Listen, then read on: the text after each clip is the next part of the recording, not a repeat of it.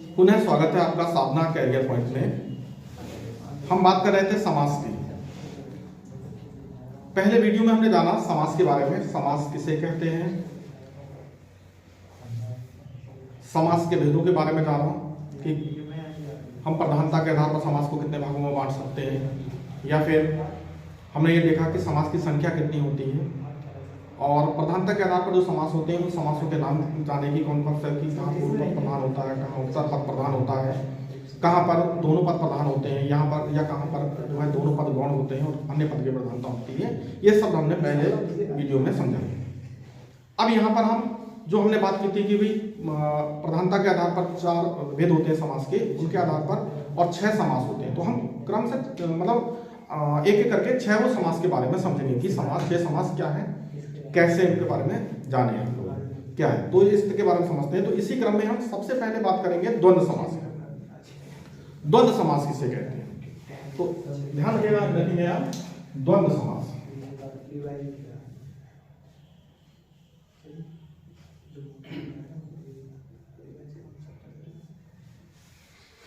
द्वंद्व समास किसे कहते हैं?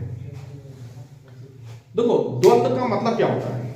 अगर हम सबसे पहले सब यही समझ लें कि द्वंद्व है क्या, तो द्वंद्व का मतलब होता है कलह, लड़ाई, यानी दो पदों के बीच में द्वंद्व हो आपस में। द्वंद्व हो यानी एक ऐसे भी कह सकते हो कि इन शब्दों में आपको विलोम जैसा विलोम भेद भी देखने को मिल सकता है, या पूरक शब्द के रूप में भी आपके सामने मिल सकते हैं। तो द्वंद्व का मतलब होता है कि कलह, यानी ये शब्द में एक तरह का कलह होता है अपनी प्रधानता को लेकर, क्योंकि हमने इसमें ये पढ़ा था कि द्वंद्व समास ऐसे पदों को कहा जाता है जिसमें दोनों पद प्रधान हो। जब दोनों पद प्रधान होंगे तो हर पद के बीच में एक कलह रहेगी, एक द्वंद्व रहेगा अपने आप को प्रधान साबित करने की। तो आप ऐसा समझ सकते हैं कि ऐसे समासों में कुछ पदों के बीच में आपको द्वंद्व के रूप में द्वंद्व मिलेगा, और वो द्वंद्व विलोम रूप में भी देखने को मिल सकता है या पूरक रूप में भी देखने को मिल सकता है। तो अब हम उदाहरण के तौर पर भी इसको समझने की कोशिश करेंगे। तो सबसे पहले तो हम समझते हैं कि द्वंद्व समास होता क्या है। तो द्वंद्व समास के बारे में आपको सबसे पहला फैक्ट तो आपको यही याद रखना चाहिए। पहला फैक्ट हमने याद रखना था कि द्वंद्व समास में क्या बात आई हुई। द्वंद्व समास में हमने बात की थी कि इसमें दोनों पद प्रधान होते हैं।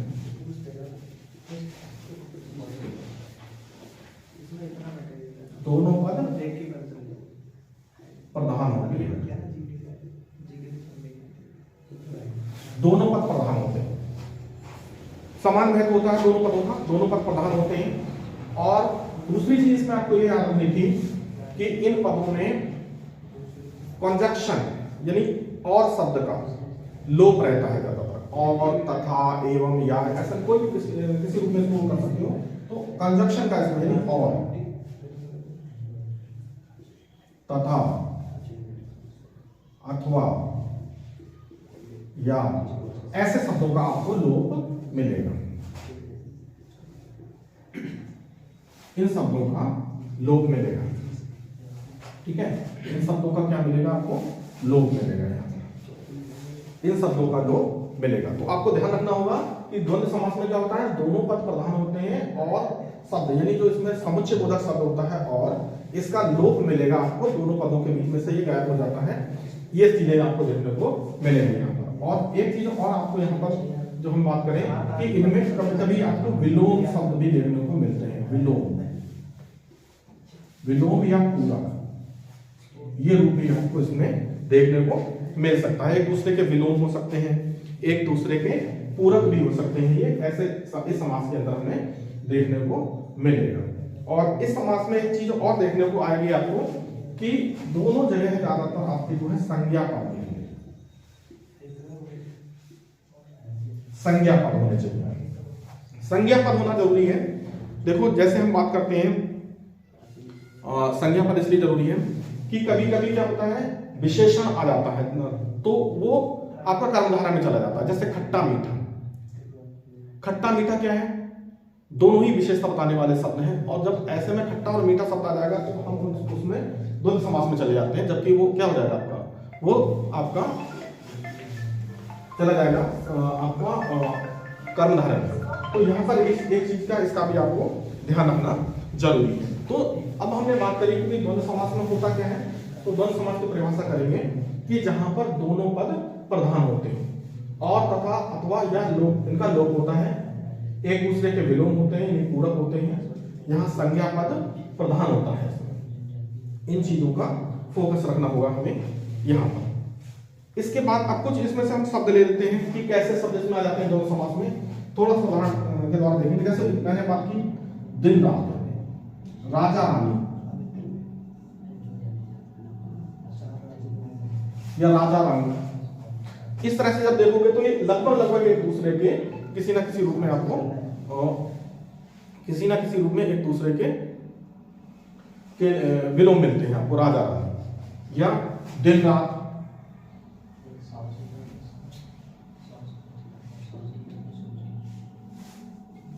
ये शब्दों को हम देख सकते हैं।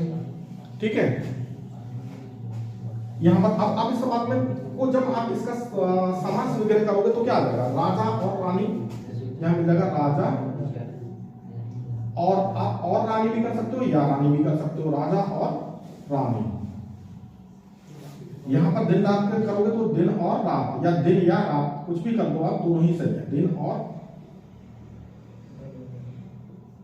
रात। ऐसे शब्दों को आपको देखने को मिलेगा। तो आप यहां पर देखते हो कि एक दूसरे से के ये है विलोम शब्द भी यहां पर देखने को मिलेंगे।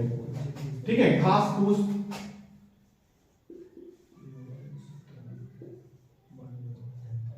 घास और फूस,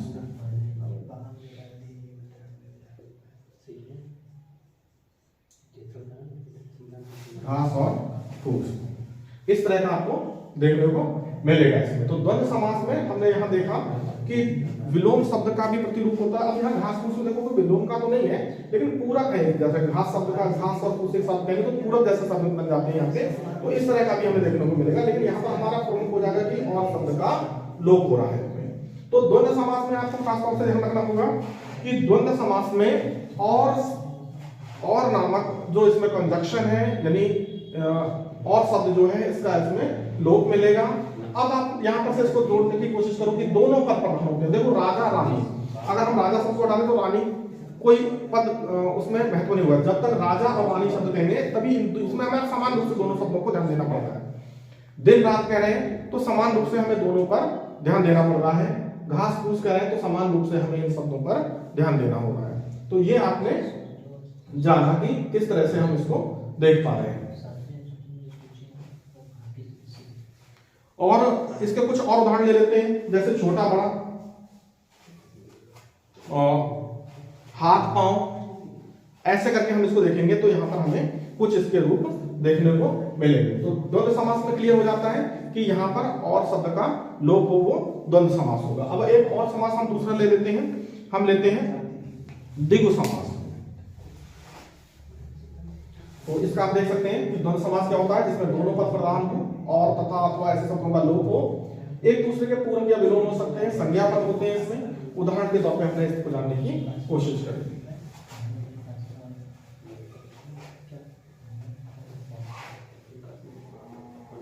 समास लेते हैं,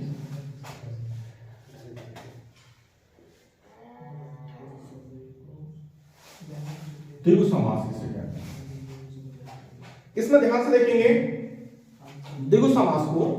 देखो द्वि, पहला शब्द इसमें संख्यावाचक आ रहा है द्वि, यानी द्वि समास में आप थोड़ा पहचानने की कोशिश करोगे तो द्विगु समास लेकर है तो द्वि मतलब संख्यावाचक शब्द आ गया द्वि यानी दो।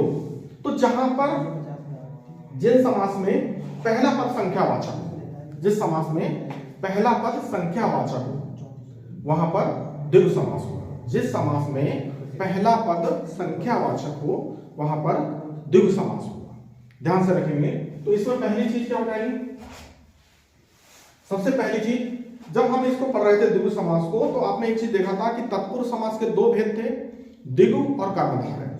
तो अगर कभी इस समास में पूछ ले कि द्विगु समास में कौन सा पद प्रधान होता है, तब आपको याद रखना है कि इसमें उत्तर पद इसमें भी प्रधान होता है। उत्तर पद प्रधान होता है। आपने समास को पढ़ाते समय मैंने आपको एक चीज बताई थी, जब अंतिम पद में पढ़ा था कि वो समास जिसमें उत्तर पद प्रधान होता है, उसमें मैंने आपको बताया था कि भाई उत्तर पद प्रधान होता है तत्पुरुष समास में। लेकिन तत्पुरुष समास को हमने दो भागों में बांटा था, तो एक था द्विगु और एक था कर्मधारय समास। यानी तत्पुरुष समास में जब हम देखेंगे कि उत्तर पद प्रधान हो रहा था, इसका मतलब द्विगु समास और कर्मधारय समास दोनों में उत्तर पद प्रधान होगा। यहाँ इसको हम थोड़ा सा देखने की कोशिश करें। तो इसमें उत्तर पद प्रधान होता है। दूसरी एक चीज आप याद रखोगे कि प्रथम पद जो होता है, प्रथम पद को संख्यावाचक होता है। प्रथम पद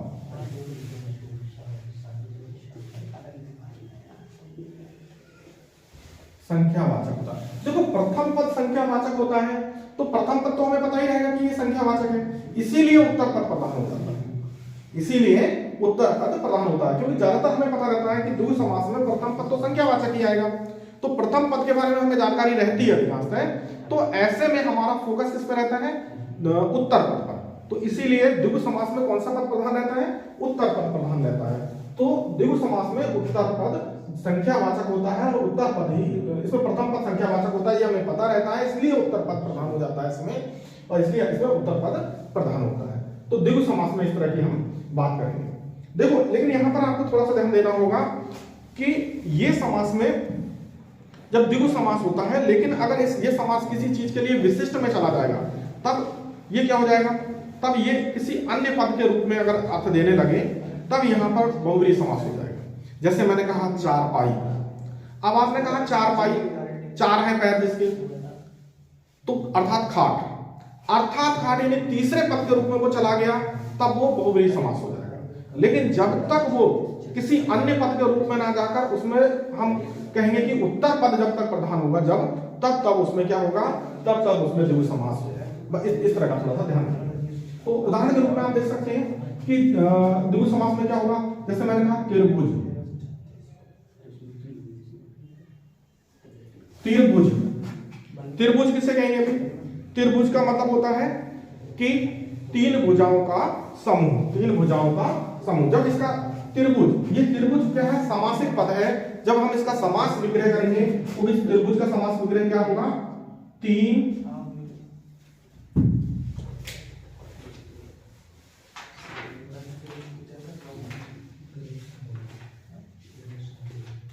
भुजाओं का समूह, तीन भुजाओं का समूह। तो तीन भुजाओं का समूह यानी तीनों का समूह बन गया, और उस समूह के लिए एक शब्द क्या आया? त्रिभुज। तो हम क्या कह रहे थे?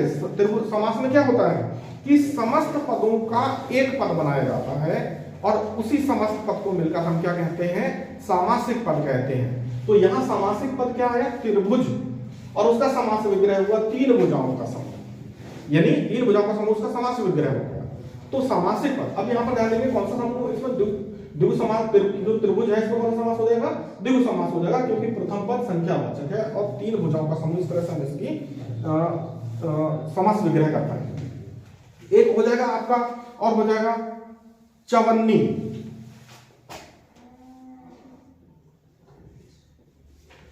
चवन्नी यानी चार आनों का समूह,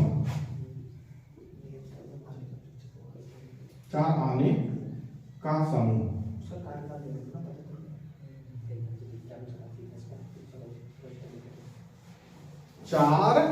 चार आनों का समूह क्या कहलाएगा? समूह, चार आनों का समूह, चार आनों का समूह, ये चवन्नी कहलाएगा। तो देखो चवन्नी, चार आनों का समूह, चार से चार। तो यहां पर भी हम देखते हैं कि प्रथम पद इसका जो हो गया, प्रथम पद जो हो गया, पहला पद जो हो गया वो संख्यावाचक हो जाएगा। तो चतुर्वेद, चतुर्वेद नाम से पता चला, चतुर्वेद चार वेदों का समूह, ठीक है? चतुर्वेद चार वेदों का समूह। या हम बात करें नवरात्रि, नवरात्रों का समूह, नवरात्रि, ऐसे बहुत से शब्द हो जाएंगे, त्रिभुज, चतुर्भुज, नवग्रह, नवरात्रि, चारपाई, सप्त सिंधु, सप्तसती, इन सबों में देखोगे आप तो पहला पद संख्यावाचक है, अर्थात यहाँ पर पहला पद संख्यावाचक है, इसलिए यहाँ पर क्या हो जाएगा? द्विगु समास हो जाएगा।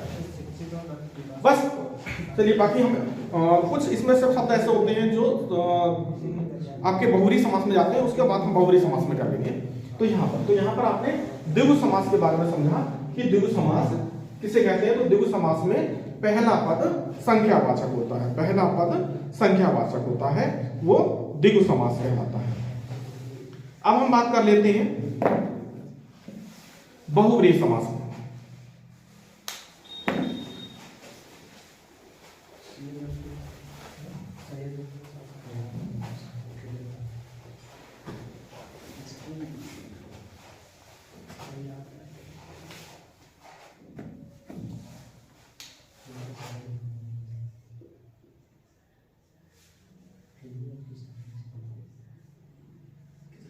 बहुव्रीहि समास। बहुव्रीहि समास किसे कहते हैं? बहुव्रीहि समास की अगर हम बात करें तो बहुव्रीहि समास में हमने पढ़ा था कि जब हम समास के भेद पढ़ रहे थे तो एक समास का भेद में हमने ये पढ़ा था कि वह कि जिसमें दोनों पद गौण हो, यानी दोनों पद प्रधान ना होकर अप्रधान हो और उसमें कोई तीसरा पद प्रमुख हो जाए, ऐसे समूह में हमने रखा था बहुव्रीहि समास को। तो बहुव्रीहि समास के में जब सबसे पहली बात करोगे इसको, तो सबसे पहली बात क्या आ जाएगी इसमें कि जिसमें दोनों पद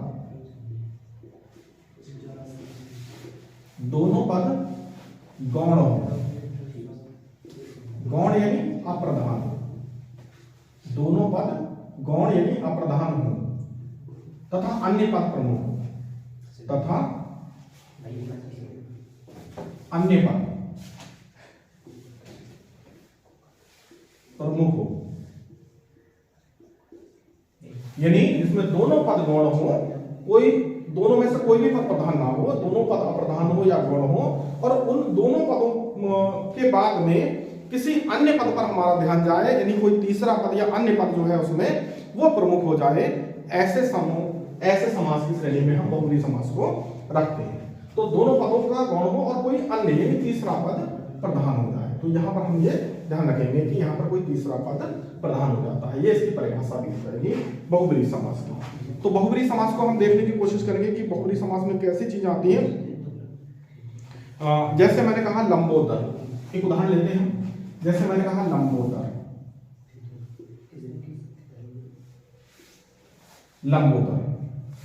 तो लंबोदर की हम बात करेंगे तो लंबोदर, जब हम इसका लंबोदर एक समासिक पद है। अब जब हम इस समासिक पद का समास विग्रह करेंगे तो आपका तब आप इसमें देखोगे लंबा है,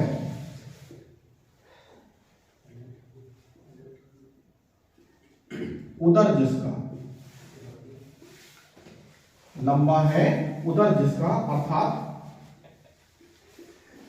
का मतलब तीसरा पद आ गया, लंबा है उदर जिसका, यानी इन दोनों पदों को छोड़ देंगे हम, अब हमारा तीसरा पद आ गया अर्थात गणेश। अब हमारे लिए एक नया पद मिला गणेश। तो लंबा है उदर जिसका, लंबोदर, लंबा और उदर इन दोनों पदों को हमने छोड़ दिया, लंबा और उदर इन दोनों पदों को छोड़कर हमने एक नया पद लिया गणेश, और नया अर्थ में मिला गणेश। तो इस समास में हमने देखा कि दोनों पदों को छोड़कर एक नया पद गणेश कहां पर आ जाता है, जो पूरे पद को व्याख्यायित करता है। तो इस तरह से यहाँ पर तीसरा पद प्रमुख हो जाता है, इसीलिए लंबोदर में बहुव्रीहि समास होगा। इस तरह से हम इसमें देख लेते हैं। और भी हम इसमें बात कर लेते हैं गजानन, गजानन, गजानन अर्थात गज का है आनंद जिसका, अर्थात गज का है आनंद जिसका।